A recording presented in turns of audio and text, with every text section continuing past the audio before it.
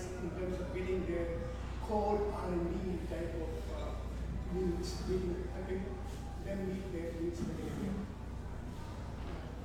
Okay, for the first time. So you can take that information for people that want to end up taking out the information? Yeah, I have business cards. Okay, well, thank you. Anybody else? Okay, well, before, and this is one of my driver functions that you're going to be helping me replace here in about 2 months, and only that the better thing about being a chairman is being a past chairman. Okay, Mike, would you like to fill us in that figure? Only now. Oh. I don't include it. Okay, better thing about being we want to build one of our founding members of CCN here. Okay, Mike, would you like to fill us in that figure? Only now. I don't include it. Okay, better thing about we want to build one of our founding members of CCN here. Okay, Mike, would you like to fill us in that figure? Only now. I don't include it. Okay, we want to build one of our founding members of CCN here. Okay, Mike, would you like to fill us in that figure? Only now. I don't include it. Okay, we want to build one of our founding members of CCN here. Okay, Mike, would you like to fill us in that figure? Only now. I don't include it. Okay, we want to build one of our founding members of CCN here. Okay, Mike, would you like to fill us in that figure? Only now. Oh, here you came in late. Okay. And member at large, also a 2-year term, and Maureen. Okay. Would anybody like to make a speech? Political speech? No. Okay. Are there any nominations for the floor? Okay. Would somebody like to make a motion to close the nominations? So moved. Okay, is there a second? Second. Okay, the nominations are now as stated, and you will be getting an email in due time, probably with the deadline a little bit before our next meeting, to vote on the selectmen. Vote early. Well, okay. All right, now, Mike, Yeah, so today's speaker is start. Anything?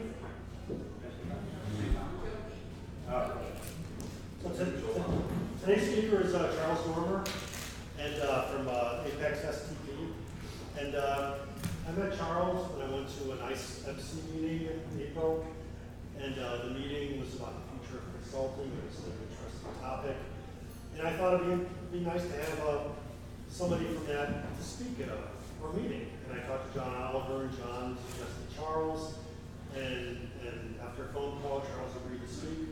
Although the topic of tonight's talk is not going to be the future of consulting, but it's more about Charles's the way he interacts with clients, his business model for consultants, which I thought would be an interesting topic for this group. You know, this group is really centric in engineers and business, and Charles is an executive coach, so his approach to clients is very different than ours. And so I hope today's talk will be very interesting. And I think originally Charles marketed this as he was the moderator. So this may be a little more interactive. I think that may be the idea, as opposed to just the usual talk or questions. So, if you have any comments, I think I'll let Charles take over, and we'll have an interesting talk. Anything to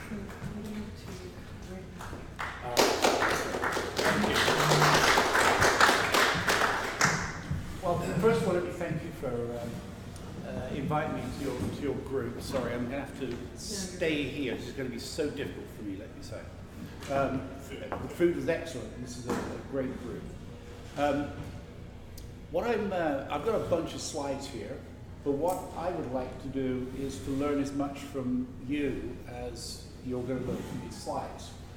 And the topic is actually quite close to my heart in terms of the way I run my business, but also it is at the center of some my research interests of what I enjoy doing. So, can you hear me okay? Yes. All right, if you can, just, I'm a former British person that doesn't speak very loudly, so there's a lot of us around. So, the topic here, let me tell you a little bit about my journey to being a consultant. I spent, 30 plus years working for large pharma in the research and development space for companies like SmithKline and French, SmithKline Beecham, GlaxoSmithKline, Wyeth, Pfizer, and most recently AstraZeneca. And in that time I did a bunch of different things, including a bit of science in toxicology, safety assessment space, but also a lot of time in business redesign and a lot of change efforts. And they let me out for good behavior after 33 years. And I kind of looked around to really think, what do I want to do next? And I of course thought, you know, I don't want to go into another pharma company. But I did want to still contribute, and I did want to still add value.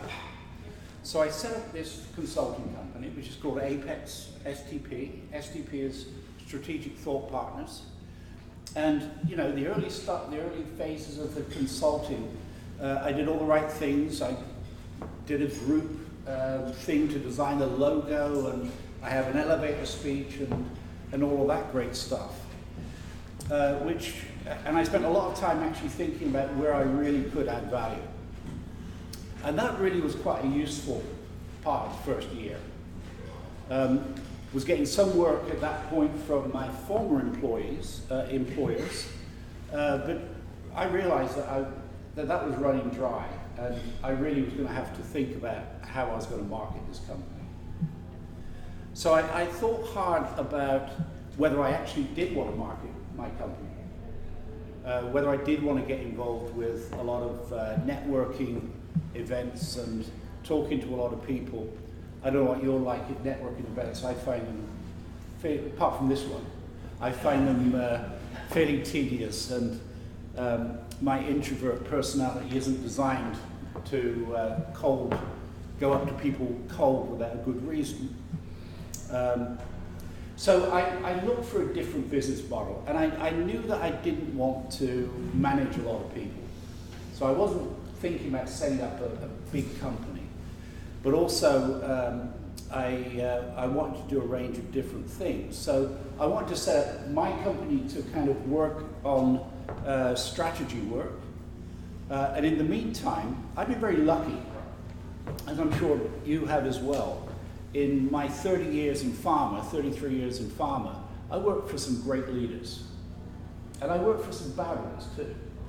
And I knew the difference between the two. And I knew the difference of the impact that a great leader could have. So I was very intrigued to get in the space of helping leaders become more productive, change their behaviors, become more productive. So that's why I jumped into what I regard as being switching careers to some extent, and became an executive coach, took training in that, etc. I now spend probably 60% of my time executive coaching, 20% of my time doing strategy consulting, and the other 20% teaching. So I was able to, those were the three strategic kind of elements of my business that I set up. And what I want to talk about here and get your input on is one of the things I realized, if I didn't want to spend a lot of time marketing myself, designing websites and all that stuff. I have a website and logos, etc. But if I didn't want to spend a lot of time doing that, and I really was interested in just doing the work, what was the best way that I could get customers. And I realized, and for me, what works for me is actually building strategic relationships with other companies who find the work for me. And I'm on the bench of, this is in the coaching area, I'm on a bench of 4 companies who find the work for me. I make a decision about whether I want to do that work at that price, and have a chemistry call. Chemistry as in, do we get on? Not chemistry as in what you guys are used to dealing with. Do a chemistry meeting, and then make a choice, make a decision with the potential client about whether this is going to work or not. So my model, which I'm going to describe a little bit, is really around having these strategic relationships with other companies to do the customer acquisition piece. Okay, so that's what I want to talk about. Does that sound like fun? Well, fun might be too strong. Is that going to keep you awake for the next hour? It's all good. Really, mate. Somebody did ask me about the picture. I'll tell you about the picture. Sorry? I'll tell you about the picture. So this is, as somebody rightly pointed out, St. Paul's Cathedral. And I was in London one day, and there's a shopping mall next to St. Paul's Cathedral. And I was in the shopping mall and looked up and saw this reflection of St. Paul's in the glass of the shopping mall. And I thought it was a nice symbol of the old, but also moving to the new. So I saw some symbolism in it. And as I was taking the picture, a mall security guy came up to me and said, "You can't take pictures here." To which I pointed out that's probably the finest piece of architecture in Northern Europe, in my opinion, and your mall's in the way. I think you should move the mall. We didn't have further discussion, and I got the picture. Anyway, so that's what I did. So I want to talk a little bit about, so one thing I think you mentioned, but I want to kind of advertise a little bit, is that I'm the program chair of the IMC USA Philadelphia chapter.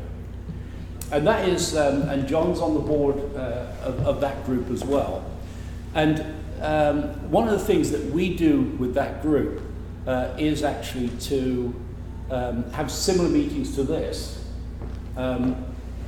And talk about interesting topics. So one of the things I think we should think about doing is sharing what we're doing in terms of topics and maybe cross-fertilizing a little bit. But I'm going to talk about some things that came from those meetings. We ran a program last year called The Future of Consulting. And that was a series of 5 events which looked at what are the challenges for consultants, and what is the future going to look like for them. So some of what I'm going to present came from those meetings. Okay. There's no doubt, from what I'm hearing, reading, seeing on the news, talking to clients, etc., that their environment is changing, and it's changing fast. This is not news to you guys, right? And there's several things that are driving that. I'll go to the next slide and we'll talk a little bit more about that in detail. A lot of our clients are going through unprecedented change. VUCA, volatile, uncertain, complex, ambiguous world is what they live in these days. And what I'm seeing or hearing about is that technology is moving incredibly fast. For the clients. Big data, obviously, a lot of clients have a lot of information available, and there's lots of ways they can connect. So this is a very much different world, certainly to what I was brought up in, I spent most of my career in. But from a client's perspective, their world is moving pretty quickly. And I see this in coaching. I should say 60% of my clients are large pharma, VPs, and that kind of level. And the other 40% are from insurance, banking, retail, the fashion industry in New York. I've done some coaching. That's an interesting experience, which we could go into some detail. So I'm talking to a number of clients in a lot of different industries. And places like retail, and I work with the big retail store, stores. I'm trying not to give away who they are, but the big retail stores that have huge retail space, and their world is changing completely. Amazon is changing the way retail is done. So they're definitely in a very volatile world. The other thing that's happening from a client perspective is there's a shift in demographic. Now, I'm not a millennial, and looking around the room, we don't have a lot of millennials, I'm guessing. But our clients are that was a guess. Our clients are, I'm not blind, since I'm saying this thing. Our clients are, the client base is changing. Whether it be millennials or whether it be digital natives, which are people born after 1986 when the internet first came out. So there's whole groups of people who are clients now who have never lived without the internet and have never lived without Facebook. And somebody, I was listening to a radio broadcast coming up today, and there's a young man just been picked for the England soccer team, which is the first person who's been picked for that team that was born this century, which is pretty scary, as I was born well into the last century. So there's this shift in demographics, and when I talk to people, and I've spoken to people from a leadership perspective, one of their challenges is they have to manage six generations. It's not generations strictly, but 6 generations of people. From an aging generation, and that's unfair. My generation. I'll be personal. More mature. Thank you.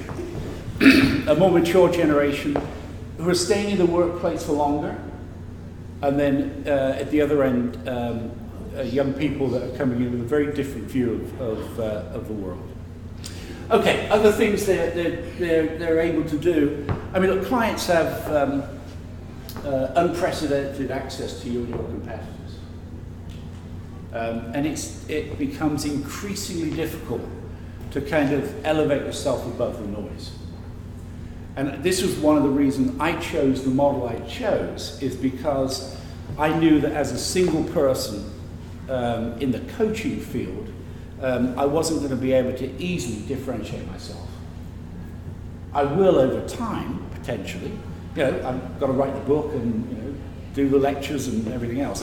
But if you want to coach, there's lots of them out there, and they can find the information through LinkedIn and everything else, and it's difficult to differentiate yourself. And then clients are finding they have to be agile. The old traditional ways of doing things don't necessarily work in the business models we have. Does that make sense to you? Are you seeing that in your clients? Or is that what you're hearing from your clients? Yes? Not my clients, but I've seen that, yeah. I've seen the pressure on pay go down with certain clients. There's more pressure to lower your rates. Oh, absolutely, absolutely. Well, one of the things with millennials, right, so even I have this habit of using Alexa. I do try to become current.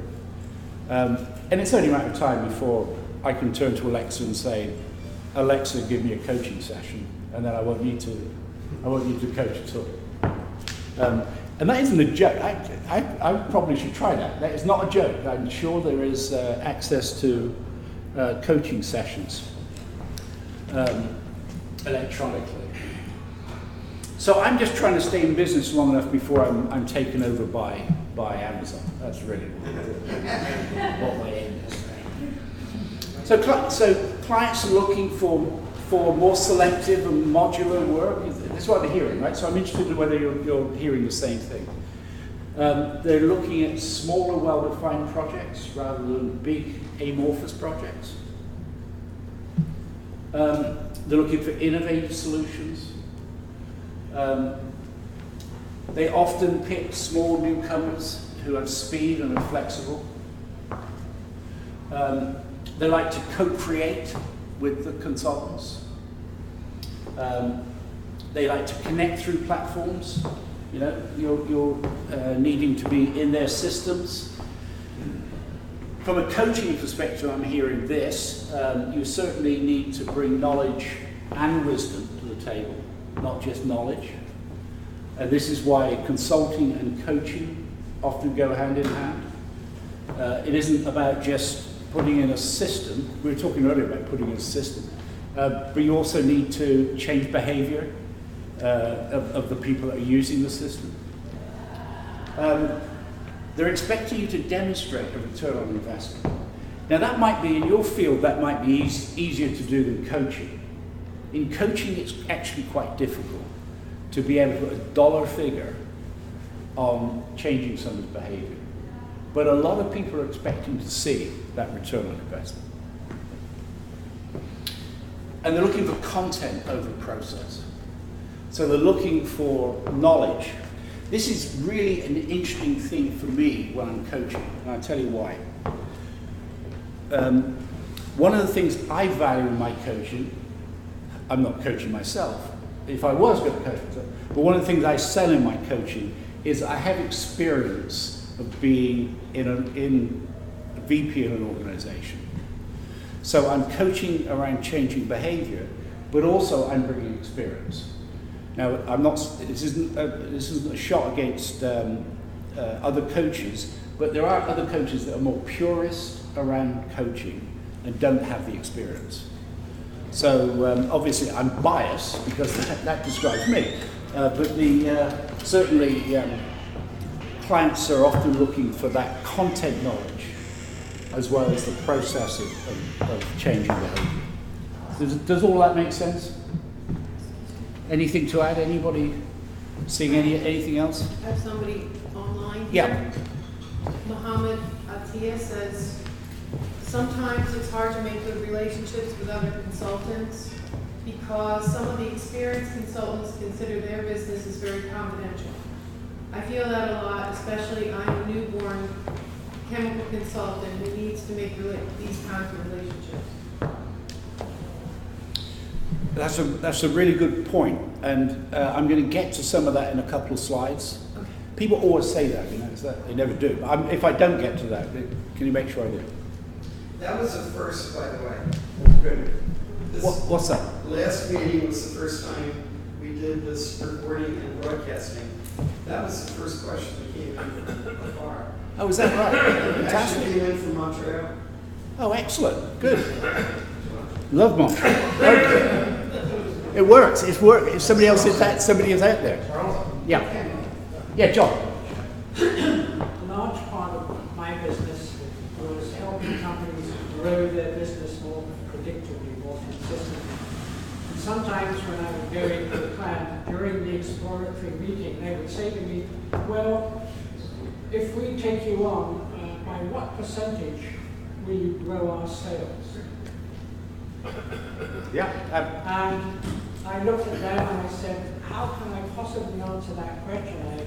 I've done some research on your company and you told me a little bit about it today, but I can't possibly give you a number just sitting here. But what I can say is that working with other clients, that their business has grown between 8 and 18% for at least the following 2 years. And in one case, it grew by 52%. Because they had a lot of unrealized opportunities that they weren't targeting effectively. Yeah, so You know, sometimes the questions that are impossible to answer give you an opportunity to provide some background on the kind of value you bring in a more general sense without falling into the trap of offering a guarantee that you come up with this key agent or with that process. So John is making the good. I'm speaking to the so that everybody could hear the comment. John is speaking to the fact that getting this measure of return on investment is actually quite difficult, even in tangible examples. John, you know the answer is always 42. I'll throw that out there. 42 is Douglas Adams, if you've read Hitchhiker's Guide to the Galaxy, yes, it's 42. I used to do resource analysis.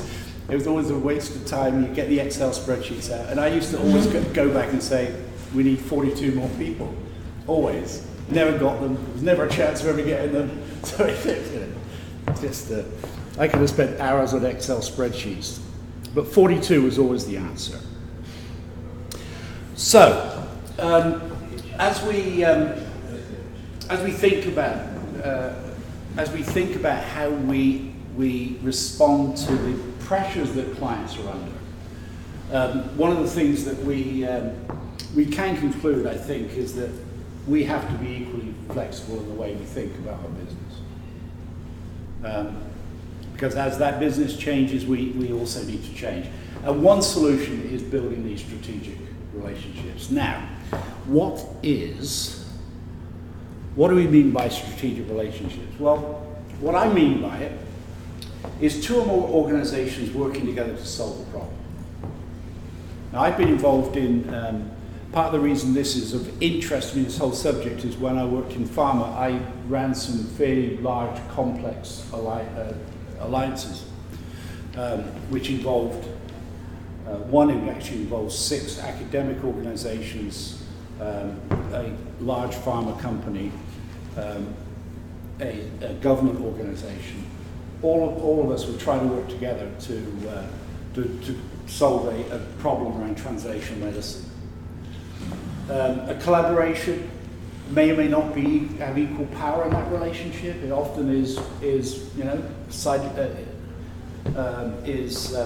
one side has more power than the other. To some extent, what I do is I'm a supplier of coaching, and my affiliate companies are looking for a supplier of coaching. So that's a supplier relationship.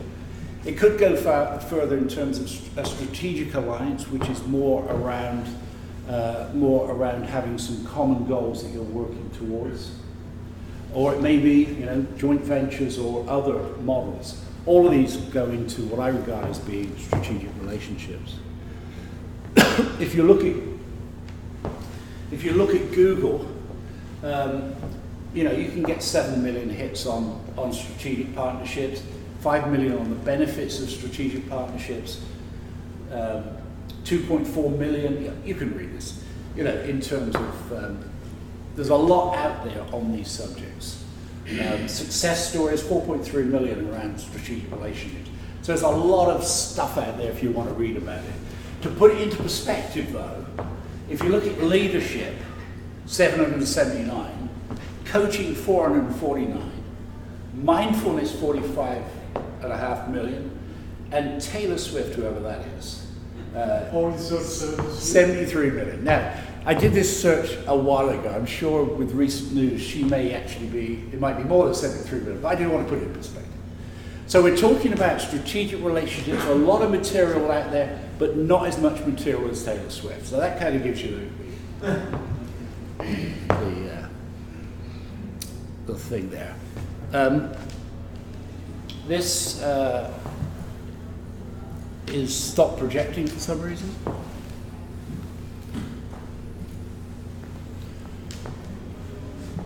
It was going so well.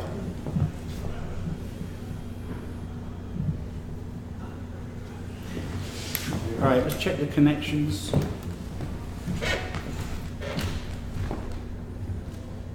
Is it still showing up on your screen? It was, I was just going to... There, it's going now. All right. Okay. We don't want that.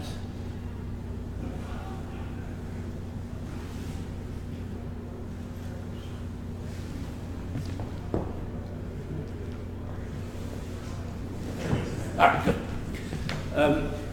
So strategic relationships can get complicated. And they get complicated because you may have organizations of different sizes. You may have different types of organizations. You might have a relationship with academia or a public company or a private company. There are going to be different motivations and agendas that each of the partners are going to bring to the table. If you're doing something which I call a co-creative, innovative, strategic relationship, where you're actually trying to create something new together, that absolutely can get complicated, particularly around who has ownership of IP and how you share IP, etc. But I'm guessing you may not do a lot of that in terms of co-creating with partners. The nature of the work itself can make it complicated. There can be lots of partners involved. I described the one with at least 9 partners that I was involved in.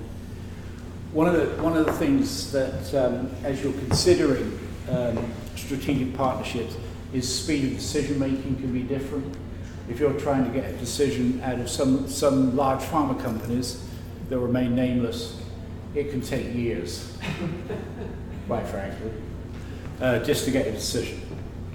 There are organizational politics involved in any organization, which can result in an organization changing its decision, quite frankly, because somebody else comes to power.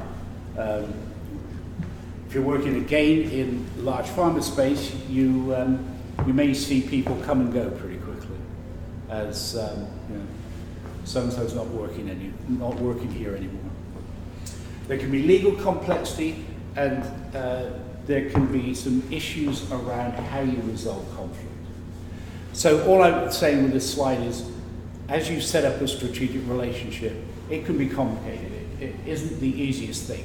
Yes? I saw some of this is multiple partners.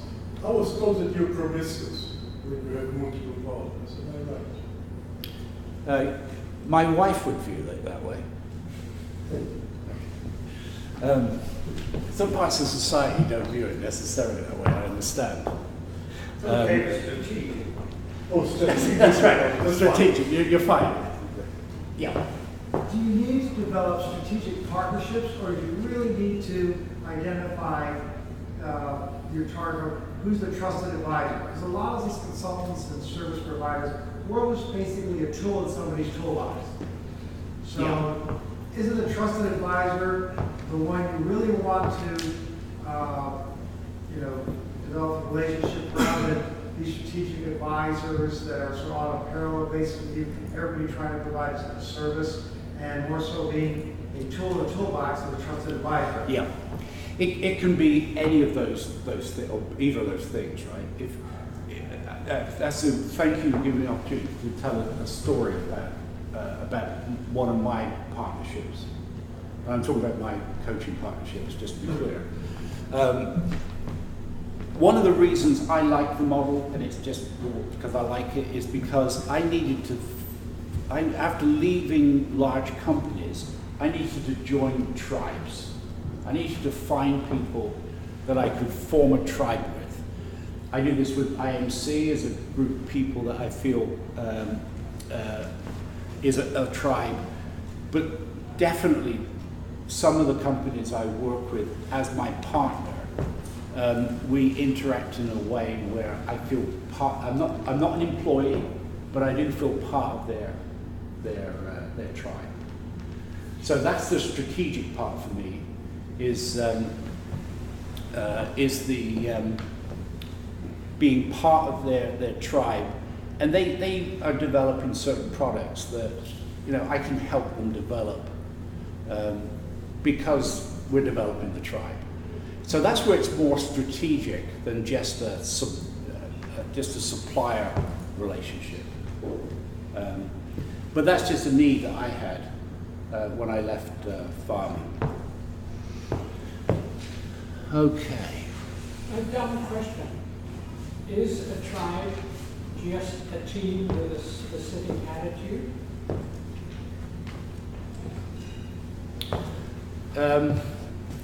I can give you my philosophical answer to that, John. I don't know whether it's right. No, it's just that the word team has fallen out of favor, and now driven by current politics. People are talking about tribes and tribal behavior. Well, let me give you my answer, which probably is not right, but it's my answer. So it probably is.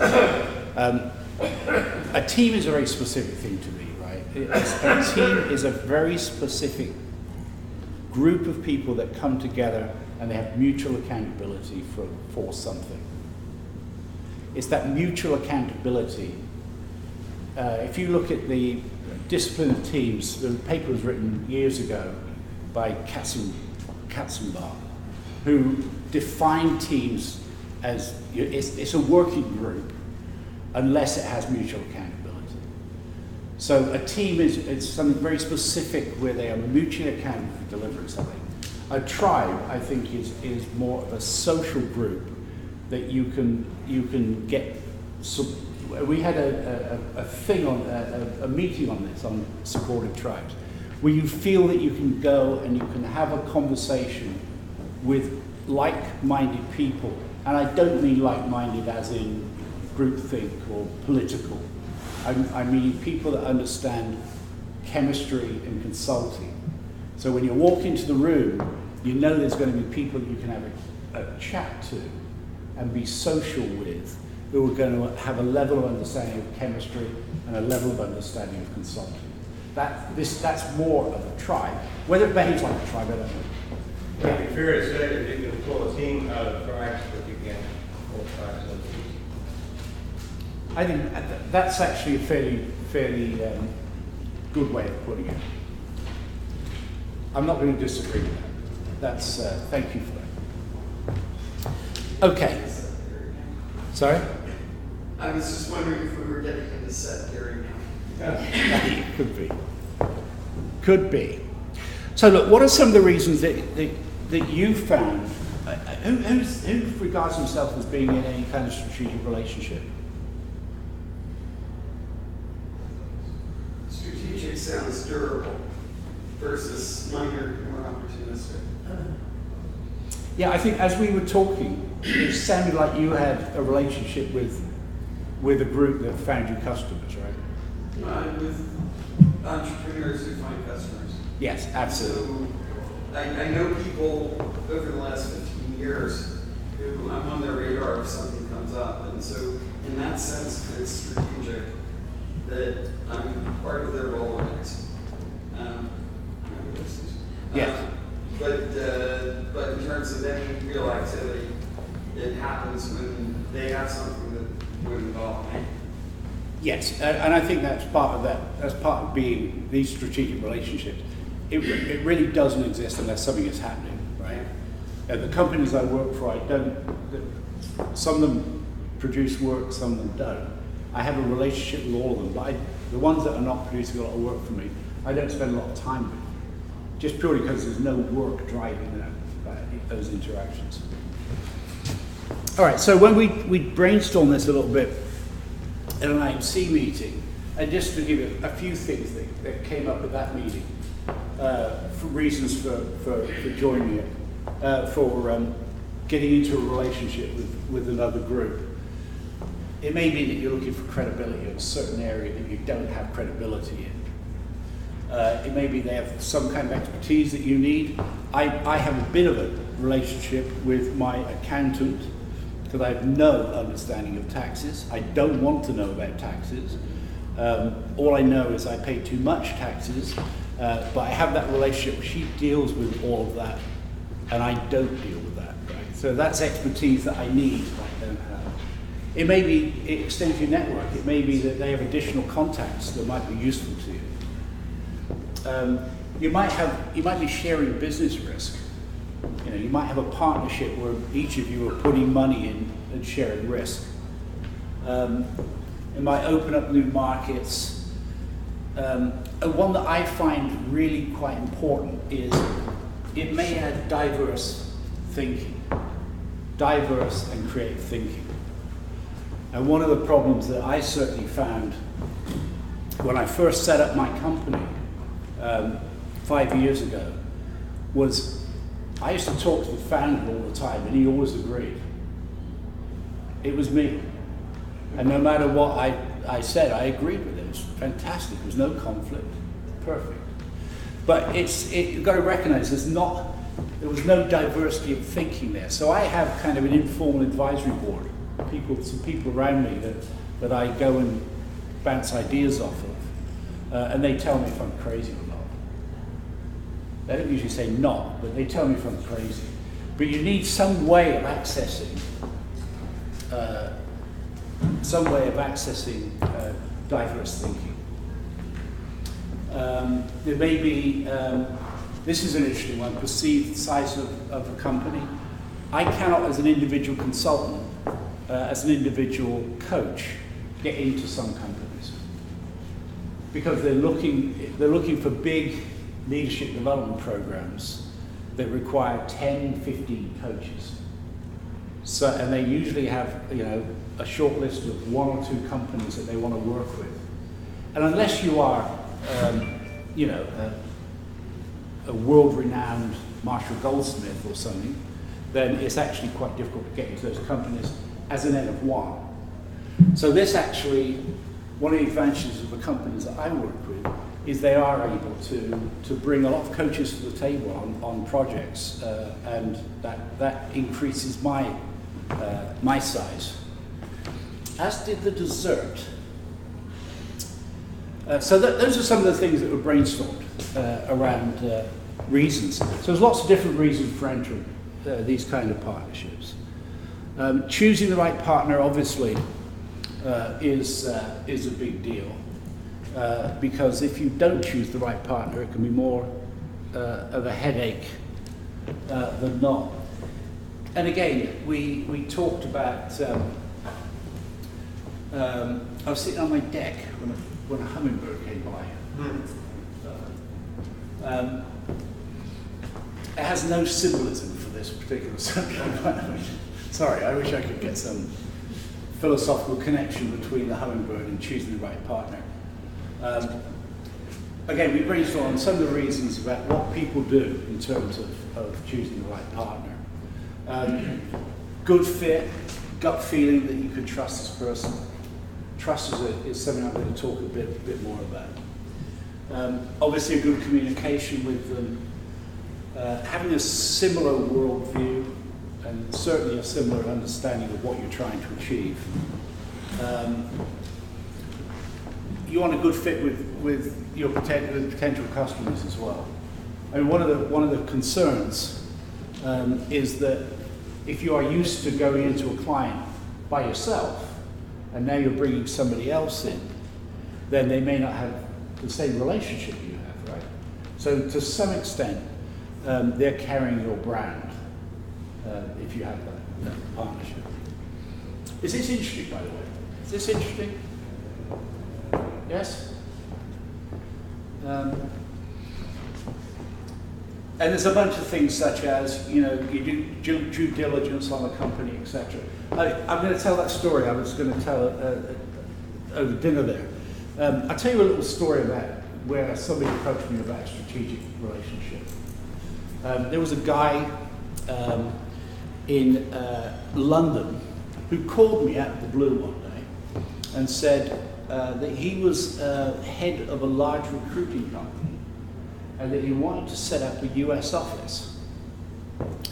And the idea, which actually is a really good one, by the way, was to have transitioning leaders into roles after recruitment. It's actually a good challenge, right? And he basically wanted a US office with me heading it to staff up. So when people were placed into roles, then I would help transition into those roles. Great idea, right? And he sent me slides, and we talked. We had a couple of meetings. Sent me slides and we went through materials. He sent me a contract and everything, right? Everything was great. And then I looked at his website, and he had heads in Europe. He had a head in Europe and had all these different people in this company. So I did a bit of due diligence and started by investigating his finances through in the UK, it's very open about, they have to register each year how much money they have. So I looked at his company and they had something like $300. So then I started investigating the people that were on the website, 6 heads of all these things. None of them were on LinkedIn, none of them were on Facebook, none of them were on anything that I could find. So I wrote him a quick note to say, really, you know, I had not signed the contract. Contract was pretty, I had not signed the contract. And basically said, I'll go ahead with this, but I want to talk to a couple of people. I picked out specifically 2 people I want to talk to. He immediately got aggressive. And within about 2 days, all the photographs were taken off his website. They were all fake. They were all fake. He had basically pretended he had this big company. So doing due diligence. I mean, I got on with the guy very well. By the way, all these things, we communicated well. You know, the idea was a good fit. Everything was great, apart from the fact that it didn't exist. Anyway, so that's just my little story about it. I put up here IMC Code of Ethics. One of the things that we have at IMC is actually, and one of the reasons I joined IMC is because they have a code of ethics that I sign up for. And if anybody, I also have a code of ethics for my company, but also a code of ethics for the International Coaching Federation. I think it's important sometimes to be able to point to, yeah, I live up to those code of ethics. So you want some kind of shared code of ethics of the way you're going to work with the right partner. You need shared thinking, but you do, back to this thing about diverse thinking, you do need someone who's going to disagree with you and who's going to bring a different viewpoint. You don't want somebody that's going to fight with you necessarily, but somebody that's going to bring a different angle to the subject. And then if it is truly strategic, it actually is a good idea to give it 6 months, set it up so that you can give it a trial period to see whether it is going to deliver the value, see whether it is going to produce the relationship you're looking for. So those were some of the reasons. How about other reasons? What other reasons would you look at if you were going to choose a partner? Charles, are your partners other consultants, or your partners the client, or a company that's interfacing with the client? In my case, my strategic relationships are with people that are interfacing with clients. Okay. So you interface with the people who are interfacing with the clients. Exactly. Yeah. Exactly. Although it's not always, so it's their clients. Right? Yeah. So if you think about it, it's their clients, they find them, they do all the legal stuff, they do all the setting up contracts and payment systems, etc. I don't do any of that, right? I do, however, show up at client meetings occasionally if they want to wheel out somebody like me, you know, to talk to clients, but not very often. And then I do I've got like, I don't know, 5 or 6 different business cards, depending on which company. So we're clear, I'm not an employee, but it does make sense, and I have at least 8 email addresses. Because it does make sense. You don't want to confuse the client by suddenly, you know, having a different company. I'm badged as them when I'm working, whichever company.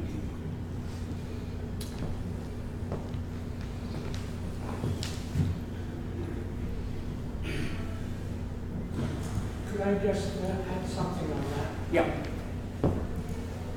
I discovered early on, even though my career had been in business development and marketing, that it was almost impossible for me as a solopreneur to do to devise and run marketing programs that would reach all of the potential customers that I could serve. So I came to the conclusion that I should piggyback. What I mean by that is, having defined the industries or the types of clients I wanted to serve, to look for government, federal, state, local government, or banks, accounting firms, whoever, served the markets that I wanted to get into. And then I approached each of them in turn to find out whether their clients had a need for other complementary services, and if so, how they handled that, etc., etc. Now, only one of the 10 that I approached struck gold. But the gold was very important because it produced 60% of my business over a period of 8 years. So you don't have to, as a solopreneur, do all of the relationship building. Sometimes you can piggyback on other entities that are already serving your target market and who have good relationships and can tell you a hell of a lot, if you forgive my French, about how they operate, etc., etc. So, just a suggestion.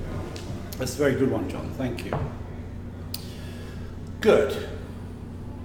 The other thing I'd add to that list that isn't there and is really important in my relationships is, and it speaks a little bit to where I was in my journey in becoming a coach. I needed to be associated with groups that I could learn from. And I'm very lucky in all of my strategic relationships. They're groups of people that have got a lot more experience than I do. And actually I can learn an awful lot from them. Hopefully I can contribute some stuff from my experience. But look, I went into this business of not being a coach. I'm not an HR guy, right? I've done a lot of stuff in pharma, but I'm not the traditional HR kind of person you often associate with coaching. And I'm not, so one company I work with are mainly D-psychs, right? They're psychotherapists in training, by training. I'm not a psychotherapist, right? I always make it clear when working with clients, I'm not a psychotherapist and I'm not a marriage guidance counselor. So those are the two things I'm not going to go into. But you're still a manipulator. Sorry? But you're still a manipulator. A manipulator? Just putting it in. Yeah, by me acting hurt, I was manipulating you, John. You pronounce it psychotherapist, I pronounce it psychotherapist. It's the same thing, I believe. There may be a difference in emphasis of their approach. There's always one. Robin, there's always one in the crowd. I know there's trouble. I'm sorry. You need to sit in the back or something, right? All right. So I want to. I'm very much for leash. if I was facilitating, right, and I didn't have to stand here, then I'd be stood right next to you for the rest of the presentation. All right, so we talked about choosing a partner. Now, in fact, there are some steps in terms of forming the partnership, and I would,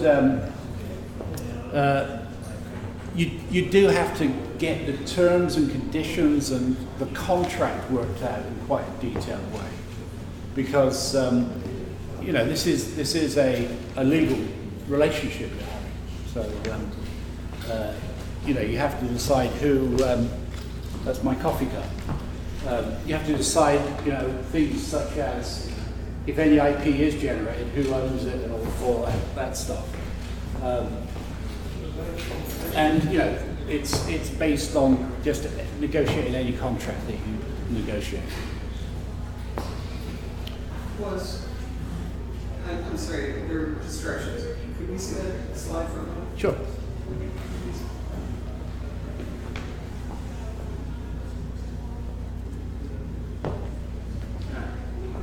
So let's talk time frames. Yeah. Because you're saying, all right, let's try this out for 6 months to a year. Yeah. How long did you court these relationships? How long did it take to the point where you actually had something right?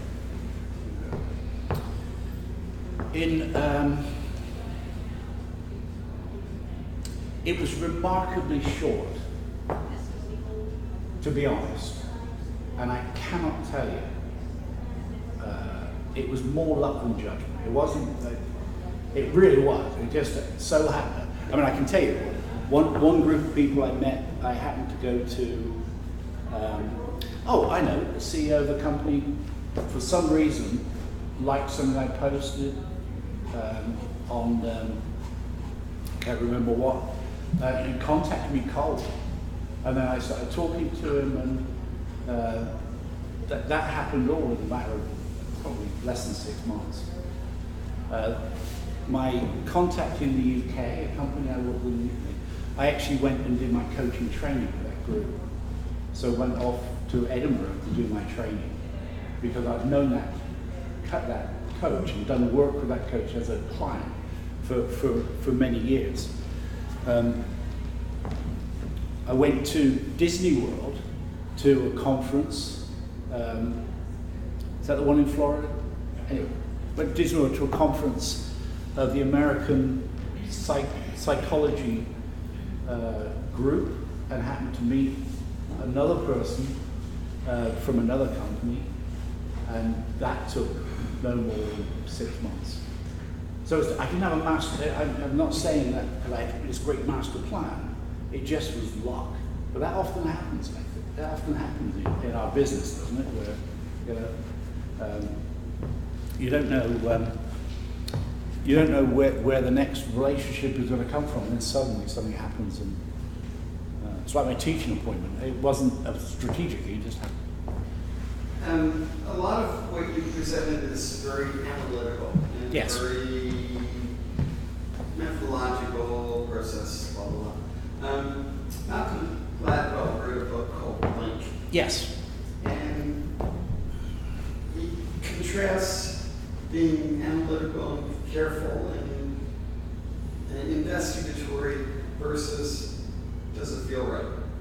And I think part of it is that if you're in a situation where you meet someone who has an opportunity and it feels right as an opportunity and they pass the sniff test, you don't want to be over analytical about it. You want to do your due diligence. But very often opportunity windows are open for a relatively brief period of time. And so I've found that while I don't have strategic, I have some partners that I've worked with multiple times. But if there's a need and they have somebody they've already qualified, and there's one little gap that happens to be me, we get it hard. So yeah, the 6 month part, if it's a multi-year relationship that is the critical outcome, yeah, I guess 6 months is good. But you also, there are times when opportunistically you just move. No, absolutely. I agree totally that there's a strong, actually there's a really strong gut feeling about whether it's the right partner or not. But as with any decision making, right, decisions are made based on data and emotions. And if it's, we see in our public discourse that if people just react emotionally, they might come to the wrong conclusion. And if they just use data, they might come to the wrong conclusion. So it's that mixture of two you always got to bring. Not to interrupt you very much, but I've also found that if I have a couple simple rules of what is simply unacceptable to me, it makes it easier. Like if they want to do something on rate that is not where I am, it's just like here's where I am. And if you don't want to do that, that's fine. Just walk. That is such an important point. I'll repeat it. There is things that you have to know about yourself that are unacceptable in a relationship. So, for example, if anybody's doing anything unethical, I regard as being unethical, I'm not getting involved. My reputation is too important for that. If somebody's putting false pictures on their website, no matter how they think it's going to work, then I'm not going to do business with that person. So that was, but it's not always that blatant. But you're absolutely right. If you have a feeling that people are, and the 6 months often is just to see whether. I think you should be open to the idea of 6 months to see whether it's going to work or not. Now, I don't know whether many people go into a wedding ceremony and say, all right, I'll give this 6 months. So usually at that point, right, you're making a bit of a commitment. So, You might be engaged, so. All right, good. I do want to just show a couple of things. How much time do we have? 5 minutes. About 5 minutes, right. I'll show you just a couple of things from, just a couple of things which I find interesting. I did some research back at the University of Pennsylvania for a thesis, I don't know, 25 years ago, and looked at strategic alliances in the pharma industry, and actually looked at what factors go into success of those strategic relationships. Now, strategic relationships was relatively new when I did this thesis, but basically it came down to two dimensions: task and delivery, and trust in relationships. And and I came up with a bunch of factors, but basically this is a tool that I put together at the time, and that basically is saying, you know, if you are high on trust but low on delivery, then you've got an unproductive friendship. It's nice, but it isn't really what you're trying to look for. If you're high on task but low on trust, you've got a transactional relationship. This is a relationship I have with my plumber, right? I don't have to have a pretty good relationship with my plumber. He has to fix my pipe, right? If you are low on task and you're low on trust, you've got what I call a fruitless liaison, which is a waste of time for everybody. And what you're really trying to do in the area of science and in the area of these collaborations in science is high on delivery, high on trust, then you can truly get to a more transformational, co-creative relationship where you work together to come up with something new. So this is a tool that I put together some years ago, which let's all just enjoy Hezekiah's music for a second. I got a,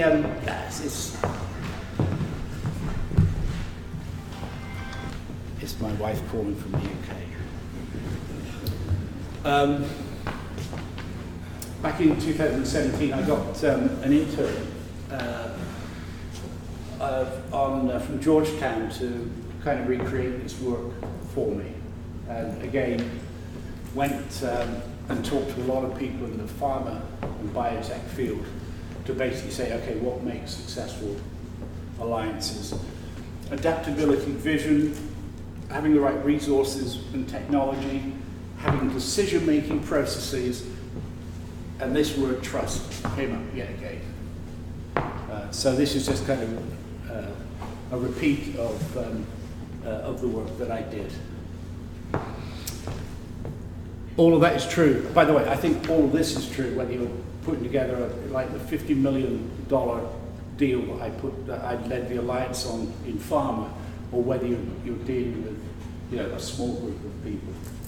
You're still going to know what you're doing, what you're going for, have the resources to make it happen, have a way of making decisions together, be adaptable, because it's not always going to work out the way you want it to, and build trust between you.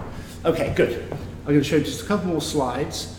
I'm not going to go into the neuroscience of trust, but I think we'll, if you read Paul Zach's work, it's great on trust. His book is particularly good.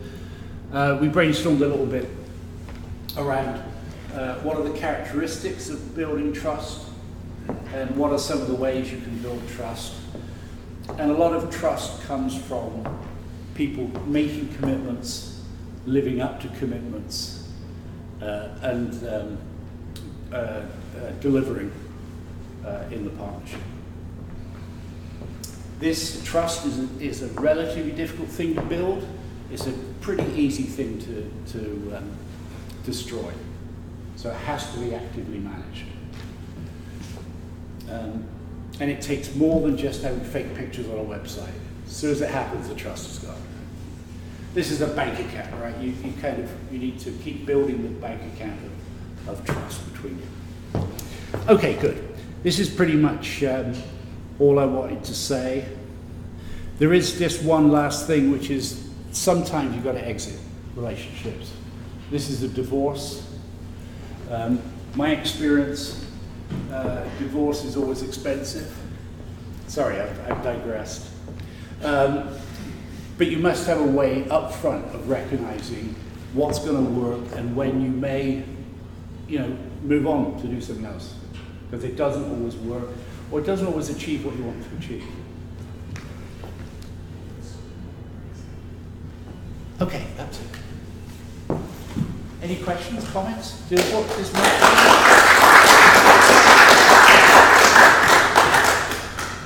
two more from the. Oh, yes, last great. year. Bernstein 9, I'm not sure, says, please tell John this is very worthwhile. I could not be here in person tonight, found this very interesting. Oh, good. Thank you for that feedback. And then we have Mohammed Atia. I used to be sent by my previous employer as a chemical consultant working for them, and they used to make me busy with their clients. The client used to make an interview with me before the job, so I want to know the motive that my previous employer have used to attract this client to choose me. Should I hire an account manager who has experience on commission-based to find prospective clients or partners? I'm not sure I understand that question. Sorry. Maybe this name. I used to be sent by my previous employer as a chemical consultant working for them, and they used to make me busy with their clients. The client used to make an interview with me before the job. So I want to know the motive that my previous employer had used to attract this client to choose me. Should I hire an account manager who has experience on commission-based to find prospective clients or partners? So I think I've got a really good answer, but I'm not sure it's for that question, but we'll see. One of the things I think is very important is that you have adaptability in that relationship, right? So it's common practice, certainly in any business that I do, but certainly in a lot of coaching, is that when a coach is being selected, you may be put forward by the company, but I think that if you're looking for a coach, you should get 2 or 3 people to come in with you. The chemistry between you is really important. So even though a company may put me forward, the expectation is they will also put some other people forward, so that the person can make the right choice of who they want to work with. I told that was a great answer. I know if I answered that question. Modest answer too. Okay, good. Well, thank you, everyone. Thank you.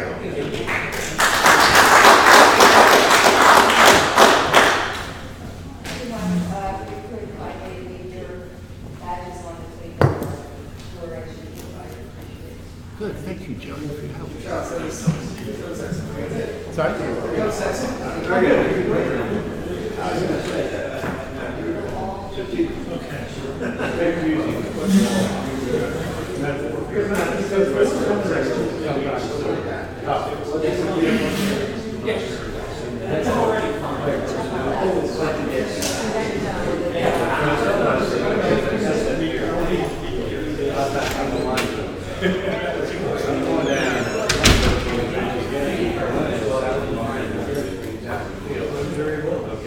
Yeah, thanks. We got our first question. Mohammed was asked the last word, and that's what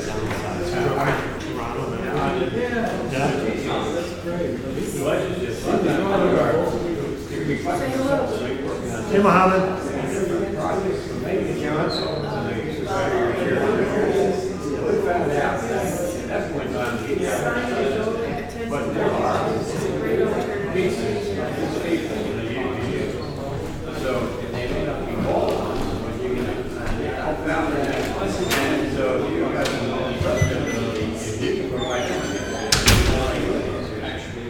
Trust level goes up.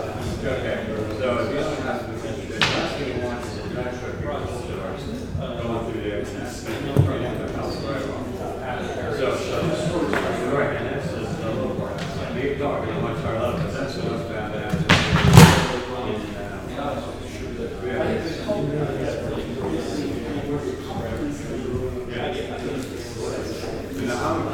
Northern Tinsel, as opposed to